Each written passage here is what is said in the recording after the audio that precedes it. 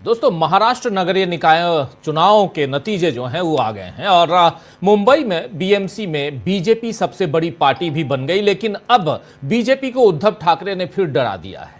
एक तरफ उद्धव ठाकरे कह रहे हैं कि ईश्वर की मर्जी हुई तो उनका मेयर बनेगा, वहीं संजय राउत ने अब कहा है कि टाइगर अभी जिंदा है, यानी बीएमसी में मेयर के नाम पर उद्धव ठाकरे की ही मर्जी चलेगी। ये संकेत आज फिर से शिवसेना उद्धव गुट ने दे दिए हैं।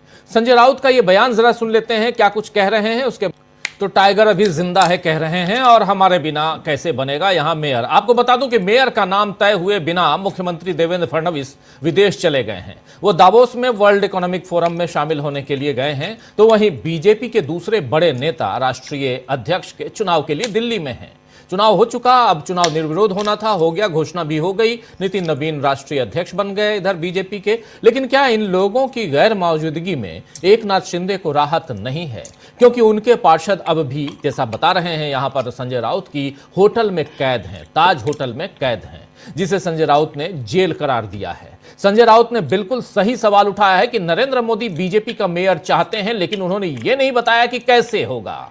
क्योंकि अगर बीजेपी का मेयर बनना होता तो अब तक उसका ऐलान हो जाता, मगर एकनाथ शिंदे के कारण बीजेपी अटकी हुई है और बीजेपी के कारण शिंदे फंसे हुए हैं। हालांकि आज एकनाथ शिंदे ने ताज होटल में अपने नवनिर्वाचित पार्षदों से मुलाकात की। इसके बाद शिंदे ने कहा कि मुंबई म्युनिसिपल कॉर्पोरेशन में ग्रैंड अलायंस यानी महायुति का मेयर होगा। शिंदे ने यह भी कहा है कि ठाणे, कल्याण, डोंबिवली और उल्लासनगर समेत जहां भी हमने ग्रैंड अलायंस के तौर पर मिलकर चुनाव लड़ा, वहां हमारी जीत हुई और वहां हमारा ही मेयर बनेगा। मतलब मुंबई ही नहीं बल्कि बाकी जगहों पर भी जहां महायुति की जीत हुई है वहां मेयर महायुति का बनेगा। लेकिन महायुति में किस दल का मेयर बनेगा, इस बारे में शिंदे चुप हैं। शिंदे ने खुद के लिए तो उप मुख्यमंत्री पद स्वीकार कर लिया था, उनको मुख्यमंत्री पद से हटा दिया गया। जिस वक्त भाजपा को उनकी जरूरत थी उस वक्त भारतीय जनता पार्टी ने इनको मुख्यमंत्री बनाया। लेकिन जब भारतीय जनता पार्टी थोड़ा आगे बढ़ी चुनाव में, विधानसभा चुनाव में, पिछले विधानसभा चुनाव में, आपको याद होगा 2024 के आखिर में जो चुनाव हुआ था, उसके बाद इनको मुख्यमंत्री पद से उठा के उप मुख्यमंत्री पद की कुर्सी पर बैठा दिया गया। गृह मंत्रालय भी इनसे छीन लिया गया। लेकिन क्या उनके पार्षद यानी जो एकनाथ शिंदे हैं, उनके पार्षद भी इसी तरह झुकना स्वीकार करेंगे? क्योंकि एकनाथ शिंदे अभी तक तो भाजपा के सामने, नरेंद्र मोदी के सामने और यहां तक कि देवेंद्र फडणवीस के सामने ये झुकते हुए नजर आते हैं।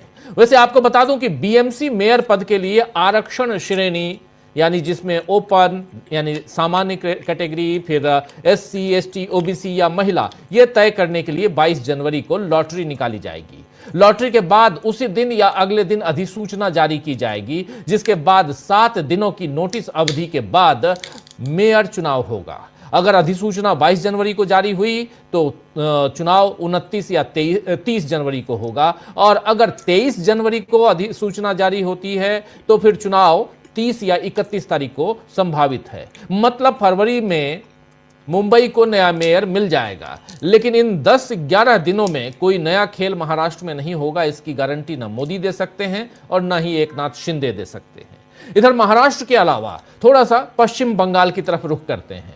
पश्चिम बंगाल में भी सियासी हलचल बढ़ी हुई है और एसआईआर के कारण बीजेपी और चुनाव आयोग दोनों कटघरे में हैं।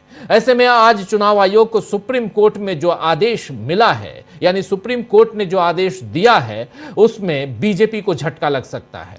दरअसल सुप्रीम कोर्ट ने कहा है कि चुनाव आयोग को यह समझना चाहिए कि पश्चिम बंगाल में चल रहे एसआईआर की वजह से लोग कितने टेंशन में हैं, तनाव में हैं। इसके साथ ही सुप्रीम कोर्ट ने चुनाव आयोग को निर्देश दिया है कि वो उन 1,25,00,000 वोटरों के नाम जारी करे, प्रकाशित करे, जिन्हें तार्किक विसंगतियों की तरह के तहत नोटिस दिया गया है, यानी जिनके बारे में बताया गया है कि इनमें कहीं ना कहीं कुछ ना कुछ गड़बड़ है और इसलिए इनको नोटिस दिया गया है। तो इनका नाम प्रकाशित कीजिए, आप अखबारों में डालिए, वेबसाइट पे डालिए, बताइए कि 1.25 करोड़ लोग कौन हैं। सीजेआई जस्टिस सूर्यकांत की अध्यक्षता वाली पीठ ने यह आदेश दिया है। इस बेंच में सीजेआई के अलावा यानी जस्टिस सूर्यकांत के अलावा जस्टिस दीपांकर दत्ता हैं और जस्टिस जॉय माल्या बागची भी शामिल हैं। सुनवाई के दौरान बेंच ने यह भी कहा कि दस्तावेजों के वेरिफिकेशन के लिए करीब 2 करोड़ लोगों को नोटिस जारी किए गए हैं। आपको बता दूं कि नोटिस मोटे तौर पर 3 कैटेगरी में बांटे गए हैं, मैप्ड, अनमैप्ड और लॉजिकल गड़बड़ी।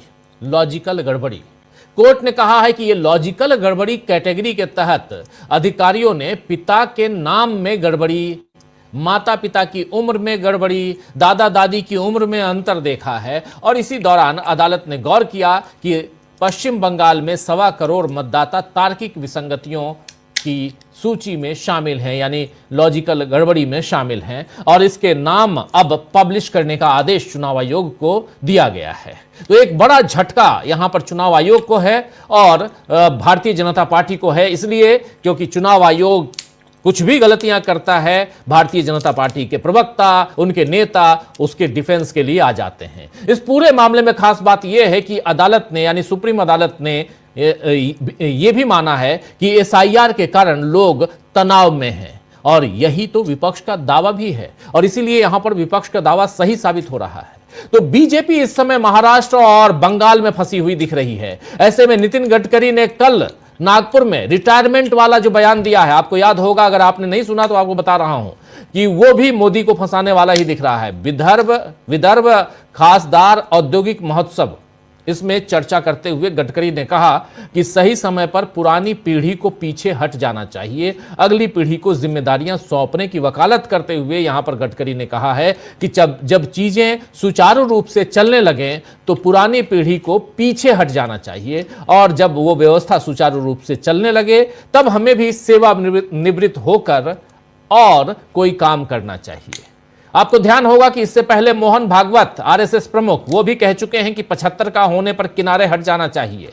अब भले इन बयानों में मोदी का नाम नहीं लिया गया हो, लेकिन जिस तरह अपनी नाकामियों से मोदी घिरे हुए हैं और देश में चारों तरफ बेचैनी और परेशानियां बढ़ रही हैं, यहां तक कि शंकराचार्य जैसी हस्तियों को भी बीजेपी अपमानित कर रही है, उसमें नरेंद्र मोदी का हटना ही क्या बीजेपी के फायदे में है, ये सवाल भी अब उठने लगे हैं। शंकराचार्य अभिमुक्तेश्वरानंद के साथ मौनी अमावस्या पर हुई बदसलूकी पर आज कांग्रेस पार्टी ने एक प्रेस कॉन्फ्रेंस की है। पवन खेड़ा का कहना है कि शंकराचार्य स्वामी अभिमुक्तेश्वरानंद जी के साथ जो दुर्व्यवहार किया गया है उससे हम सभी दुखी हैं। बीजेपी मूर्खों को अपना भक्त बनाती है और अपने भक्तों को मूर्ख बनाती है, इसके अलावा इन्हें कुछ नहीं आता। जब भारतीय जनता पार्टी थोड़ा आगे बढ़ी चुनाव में, विधानसभा चुनाव में, पिछले विधानसभा चुनाव में, आपको याद होगा 2024, आइए जरा सुन लीजिए यहां पवन खेड़ा को क्या कह रहे हैं। हर धर्म कर्म की बात करता है। हिंदू धर्म में कर्म पे बहुत विशेष ध्यान दिया जाता है कि भाई अगला जन्म सुधारो। डे ऑफ जजमेंट क्रिश्चियनिटी में होता है, कयामत इस्लाम में होता है। अरे किसी से तो डरिए साहब, ये क्या कर्म है आपके? उड़ीसा में मैंने आपको एक उदाहरण दिया, हनुमान चालीसा पढ़ते हुए पुलिस स्टेशन के बाहर बैठे हैं साहब कि जिसने मारा मुसलमान को उनको रिहा करो। अभी पिछले हफ्ते गहलोत साहब ने आवाज उठाई, मेरे शहर उदयपुर से कन्हैया टेलर के जो हत्यारे थे, गहलोत साहब ने उसी वक्त दोनों बच्चों को नौकरी दिलवाई, मुआवजा दिया, तुरंत एनआईए को सुपुर्द कर दिया केस। कितने साल हो गए? केंद्र में आपकी सरकार कब शुरू से है? 12 साल से है। आज तक कन्हैयालाल टेलर को न्याय नहीं मिला, इंसाफ नहीं मिला। मैं आपको अनेक उदाहरण दे सकता हूं।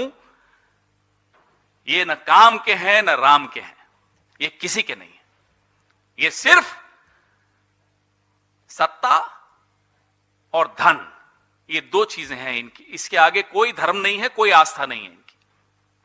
और इनका ये असली चेहरा बेनकाब होना बहुत जरूरी है, क्योंकि जैसा मैंने कहा, हम और आप तो समझदार हैं, लेकिन मूर्खों को अपना भक्त बनाते हैं और अपने भक्तों को मूर्ख बनाते हैं। इसके अलावा ये कुछ नहीं जानते। मूर्खों को अपना भक्त बनाते हैं और अपने भक्तों को मूर्ख बनाते हैं।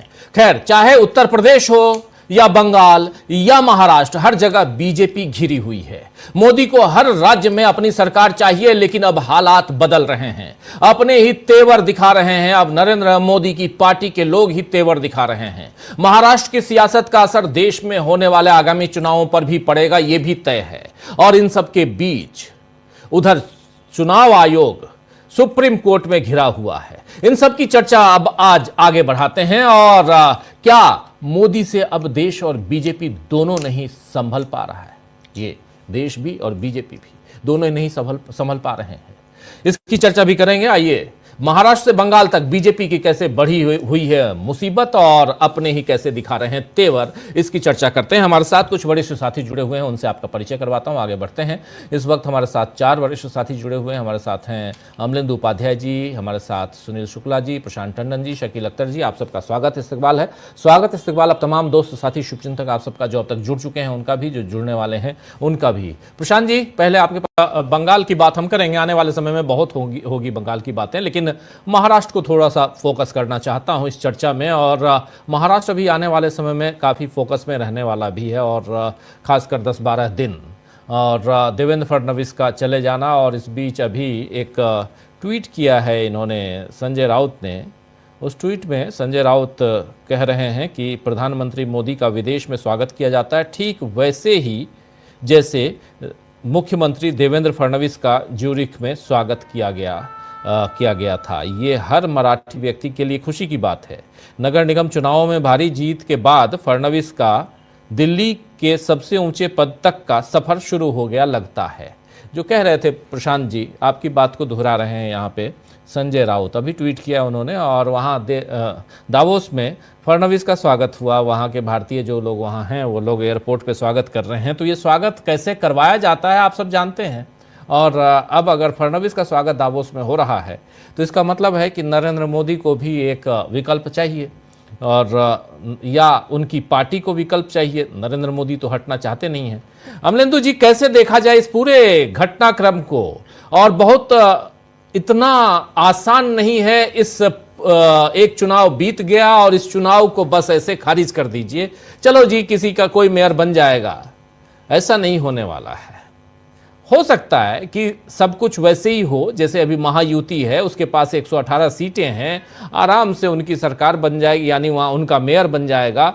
ये हो सकता है, इसमें दो राय नहीं है। लेकिन उसी महाराष्ट्र में अगर उद्धव ठाकरे और उसी बीएमसी में उद्धव ठाकरे, उसी मुंबई में उद्धव ठाकरे को नकारा नहीं गया, बल्कि अच्छी तरह से स्वागत किया गया। 65 सीटें कम नहीं होती हैं। और अगर साथ दोनों देख लीजिए, एकनाथ शिंदे और इनको मिलाकर, तो ये सीटें कहाँ जाती हैं ये भी आप देख लीजिए। और 94 जाती हैं ये सीटें। ये तब जबकि अलग अलग हैं, और साथ लड़ते तो कुछ और होती, स्थितियां दूसरी होती जो आज तक होती आई हैं पिछले लगभग 3 दशकों में। इसलिए आपसे समझना चाहता हूं कि क्या इतना आसान है, और क्या इस बात को एकनाथ शिंदे नहीं जानते? क्योंकि और किसी ने तो अपने पार्षदों को ताज होटल में नहीं ठहराया है, एकनाथ शिंदे ने ही क्यों ठहराया है? और अगले 10 दिनों तक खर्च कौन देगा, ये सवाल तो पूछ रहे थे प्रशांत टंडन जी, बिल्कुल सही पूछ रहे थे कि ताज होटल में सिर्फ 29 कमरे नहीं होंगे, कम से कम 35-40 कमरे होंगे, और उन कमरों का खर्चा कौन दे रहा होगा? और सुनील शुक्ला जी ने सही कहा कि अगर पूछेंगे तो वो कहेंगे कि ये तो स्पॉन्सर्ड है। लेकिन ओवरऑल एकनाथ शिंदे की सियासत, क्या यहां से बहुत बड़ी चुनौती उनके सामने है? राजीव जी, मुझे लगता है कि शिंदे से ज्यादा बड़ी चुनौती बीजेपी के सामने है। कहां तो नीतीश कुमार को शिंदे बनाने चले थे और शिंदे को बना दिया नीतीश कुमार। अब नीतीश कुमार जो थे राजीव जी, पर उनके बारे में यही चल रहा था कि शिंदे बना दिए जाएंगे, इनका भी जो है इंटर के बाद हाई स्कूल करा दिया जाएगा। शिंदे के बारे में यही था। अब देखिए राजीव जी, ये 89 जो है ये कैसा गजब का आंकड़ा है। बिहार में भी इस 89 ने जो है वो फंसा दिया बीजेपी को, और महाराष्ट्र में भी 89, बीएमसी में भी। अब ये 89 जो है, मुझे लगता है कि राजीव जी 8 और 9 का मामला जो है, मोदी जी कहेंगे अब चुनाव आयोग से भाई कुछ भी करो, मगर ये 8 और 9 का संयोग मत करो, वरना ये कुर्सी छोड़नी पड़ती है। अब देखिए बिहार में छोड़नी पड़ी ना, आखिरी समय तक था कि नीतीश कुमार को पलटी मार मतलब करा दी जाएगी, शीर्षासन करा दिया जाएगा, इंटर के बाद हाई स्कूल करा दिया जाएगा। लेकिन आखिरी समय में नीतीश कुमार बचा कर ले गए खुद को। अब वहां जो है अब हाथ मलते हैं, रोज बात करते हैं, सब कुछ करते हैं, लेकिन चीजें जो है नीतीश कुमार के हाथ में। तो फिलहाल राजीव जी, एकनाथ शिंदे और बीजेपी दोनों जो है आपस में सांप छछूंदर का खेल हो गए हैं। दोनों एक दूसरे के लिए छछूंदर हैं। शिंदे भी चाहे तो बीजेपी को छोड़ के जाए तो कहां जाए, और बीजेपी अगर शिंदे को तोड़े तो दुनिया में क्या मुंह दिखाए, ये भी तो है फिर। अगर शिंदे के पार्षदों को तोड़ती है बीजेपी तो सारी दुनिया कहेगी भाई जिसके साथ रहते हो उसी के साथ ये करना शुरू कर देते हो। उद्धव ठाकरे के साथ किया, उनके घर में शिंदे पैदा किए, अब शिंदे के घर में भी शिंदे पैदा कर रहे हो। तो ये अब संकट बीजेपी के सामने ये है कि जो जनता को मुंह दिखाना वो किस तरीके से मुंह दिखाएं, वरना चाणक्य साहब तो सब कुछ जस्टिफाई कर लेंगे कि भाई ठीक है मुंबई के हित में और विकास के लिए ये जो थे साथ में आ गए, तो भाई क्या शिंदे क्या विकास के विरोधी हैं जो आपकी सरकार चलवा रहे हैं अगर इनके तोड़ते हो पार्षद तो मुझे लगता है राजीव जी शिंदे के सामने तो संकट है ही कि अपने पार्षदों को बचाएं, लेकिन संकट जो है वो बीजेपी के सामने भी कि शिंदे के पार्षदों को तोड़े कैसे। दूसरा राजीव जी शिंदे के पार्षद भी जो जाएंगे वो अगर जाते हैं तो मुझे लगता है उनका जाने का पहला जो प्राथमिकता होगी वो उद्धव ठाकरे होंगे बजाय इसके कि वो बीजेपी के साथ जाएं। और वो इसलिए होगा कि मराठी मानुष का मुद्दा ये समझ में आ गया है कि वो काम कर रहा है, उद्धव ठाकरे का ब्रांड जो है मराठी मानुष के नाम पर वो कायम है। राज ठाकरे की राजीव जी सीटें भले ही कम आई हैं, लेकिन राज ठाकरे ने आखिरी समय पर जो अडानी वाला जो वीडियो पोस्ट किया उसका बहुत जबरदस्त असर हुआ राजीव जी। और ये बात बीजेपी के अंदर के जो लोग हैं वो इस बात को स्वीकार कर रहे हैं कि इसने बीजेपी को और एकनाथ शिंदे को भी नुकसान पहुंचाया। राज ठाकरे का आखिरी समय में जो अडानी वाला आया कि 2014 में 2 कंपनियां थी और 26 आते आते किस तरीके से वो 500 से ज्यादा कंपनियां हो गई, उसका एक बड़ा जबरदस्त असर पड़ा। और आज संजय राउत भी जो कह रहे हैं, कल भी जो कह रहे थे कि हम मुंबई को बिकने नहीं देंगे, अडानी को बिकने नहीं देंगे, तो ये भी एक बड़ा राजनीतिक मसला है। तो शिंदे के पार्षदों के सामने भी मुझे लगता है कि ये संकट होगा कि बीजेपी का तोड़ना भी चाहे तो कैसे वो टूटे जाकर। तो ये एक बड़ा संकट राजीव जी मुझे लगता है कि शिंदे के सामने भी संकट और बीजेपी के सामने भी संकट है। संकट के मामले में दोनों बराबर ही संकटग्रस्त हैं, कोई भी दोनों में से कम संकटग्रस्त नहीं है। अब संजय राउत जैसे कह रहे थे कि हम तो अभी मजे ले रहे हैं, तो वास्तव में इस समय देखा जाए तो उद्धव ठाकरे मजे ही ले रहे हैं। अब शिंदे के पार्षद टूटते हैं तो भी मजे हैं, नहीं टूटते हैं तो भी मजे हैं।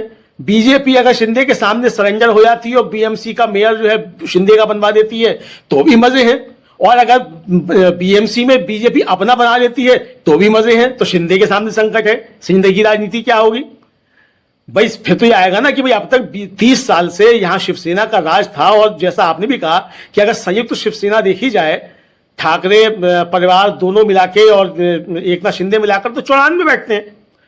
और राजीव जी इससे फिर ये संकेत जाएगा कि शिंदे सरेंडर कर गए, तो अब शिंदे खुद को सरेंडर कैसे बताएं? बाला साहब ठाकरे ने तो कभी सरेंडर किया नहीं था, नाम अभी शिंदे बाला साहब ठाकरे का ले रहे हैं। तो शिंदे के सामने ये संकट है कि वो सरेंडर कैसे करें। तो फंसे हुए राजीव जी दोनों दिखाई पड़ते हैं। बीजेपी के अंदर भी राजीव जी एक फडणवीस को लेकर भी एक नाराजगी बहुत जबरदस्त तरीके से है, और जो फडणवीस के विरोधी हैं वो क्या, एक तो मतलब हमारा जो मीडिया है मुख्यधारा का वो तो बता रहा है कि हिंदुत्व के धुरंधर है देवेंद्र फडणवीस, 89 जीत कर ले आए हैं, लेकिन अंदर अंदर नाराजगी ये है कि देवेंद्र फडणवीस की वजह से नुकसान हुआ है। बीजेपी के पिछली बार 83 पार्षद थे, 10 दूसरे जगह से तोड़कर लाए गए तो हो गए 93। तो ये कैसे हिंदुत्व के धुरंधर है 93 से 89 पे आ गए, और मेयर भी नहीं बनवा पा रहे हैं अपना। इस समय दावोस में जो है वो पैसा लेने गए हुए कि हमारे यहाँ की निवेश कर दो। तो फडणवीस को लेकर भी है, तो फडणवीस अगर दिल्ली की तैयारी कर रहे हैं तो दिल्ली की तैयारी में ये गच्चा भी दूसरे लोग लगा रहे हैं। तो मुझे लगता है राजीव जी की बीजेपी के अंदर भी संघर्ष बहुत ज्यादा है। देवेंद्र फडणवीस तैयारी तो दिल्ली की कर रहे हैं, लेकिन दूसरे लोग जो है उनके पैर मुंबई में ही बांध रहे हैं, और देवेंद्र फडणवीस दिल्ली भी जाना चाहते हैं। तो संकट जो है राजीव जी बहुत ज्यादा मुझे लगता है कि ये इस समय बीजेपी के सामने भी है। उनकी अंदरूनी राजनीति, देवेंद्र फडणवीस इससे कैसे पार पाते हैं। फिलहाल मुझे लगता है कि अमित शाह का शायद सहयोग नहीं मिल रहा है फडणवीस साहब को, और अगर मिलेगा तो फिर ईडी भी पूछेगी एकनाथ शिंदे से कि पैसा कहां से खर्च कर रहे हो, और अगर मिलता है सहयोग तो ईडी नहीं पूछेगी। जो प्रशांत जी कह रहे थे कि ये ईडी क्यों नहीं पूछती इनसे, तो अमित शाह जी क्या करते हैं ये भी देखना होगा राजीव जी, क्योंकि अगर दिल्ली का रास्ता तय कर रहे हैं फडणवीस जी तो किसकी राह में कांटे बिछाएंगे, तो ये भी देखना है। तो मुझे लगता है राजीव जी कि शिंदे के हाथ में इस समय विन विन सिचुएशन दिखाई पड़ती है फिलहाल। बाकी अब आगे क्या होगा, फडणवीस से कितने बड़े धुरंधर हैं ये आने वाला समय बताएगा। लेकिन मुझको लगता है कि अगर शिंदे के ऊपर आशीर्वाद है दिल्ली का तो फडणवीस शायद उनको झुकना पड़े, और बीजेपी का केंद्रीय नेतृत्व भी शायद ये करे कि फिलहाल फडणवीस को झुकाने के लिए मुंबई बीएमसी को छोड़ दे। ऐसा भी राजीव जी हो सकता है, मुझको लगता है।